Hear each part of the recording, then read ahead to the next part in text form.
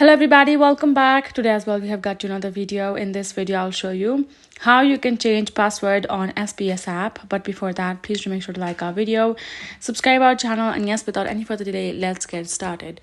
First of all, go ahead, open up your app or go to their website and go to this section. When you open your app, you will automatically find this section for you to sign in.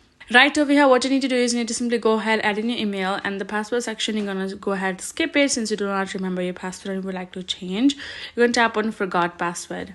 Once you do that, you will have to go ahead and enter your email address. And once you do that, you will simply tap on send reset instructions.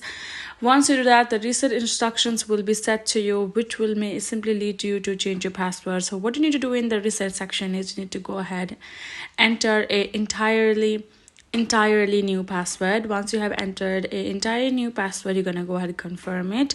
Once you have reconfirmed everything, you're going to go ahead, save that, and then now your password has changed.